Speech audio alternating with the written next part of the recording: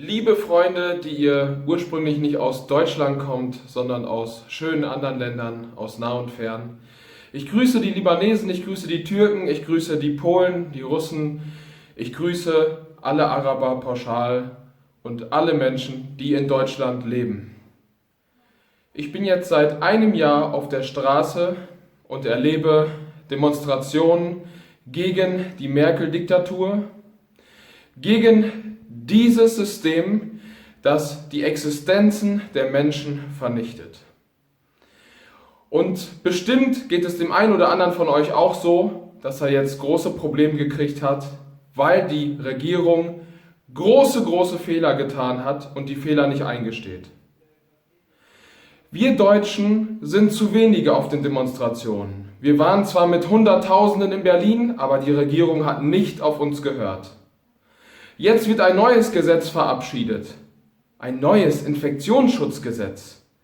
Das besagt, dass nur noch Merkel das Sagen hat, grob zusammengefasst.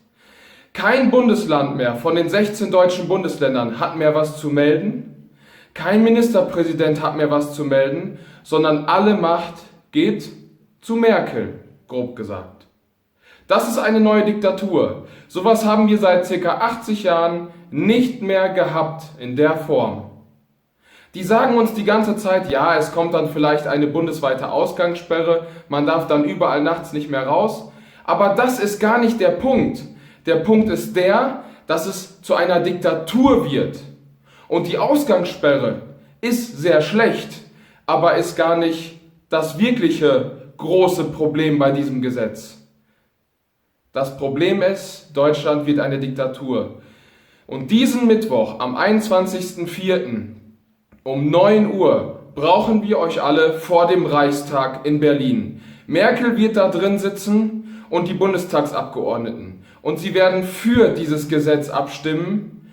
Und am Freitag wird Steinmeier dieses Gesetz unterzeichnen, wenn alles nach ihrem Plan läuft. Das wollen wir am Mittwoch nicht lautlos hinnehmen und vor dem Reichstag um 9 Uhr lautstark protestieren. Die Lesung wird erst um 11 Uhr beginnen, habe ich gehört.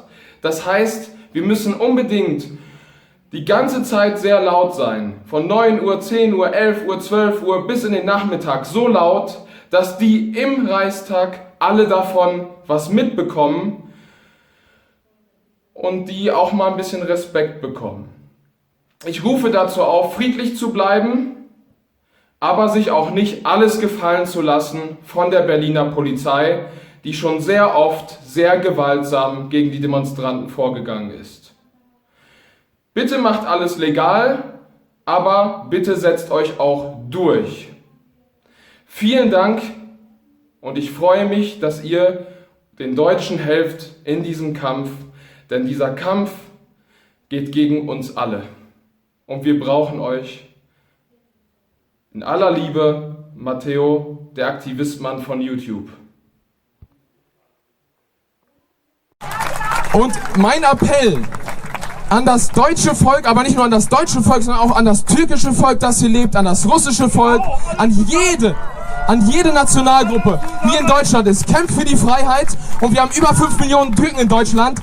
Kommt auch hierhin für Deutschland, für das Land, indem ihr diese wunderbaren Möglichkeiten habt, euch zu entfalten bis jetzt, die euch aber auch genommen werden. Und zwar in Kürze, weil hier dieses Regime... Nach der Sommerzeit. Ja genau, nach der Sommerzeit geht's dann weiter, zweite Welle und so weiter. Man will euch auch die Freiheit wegnehmen. Und wir brauchen hier jede Nationalität, die für Gerechtigkeit ist, um für Deutschland zu kämpfen.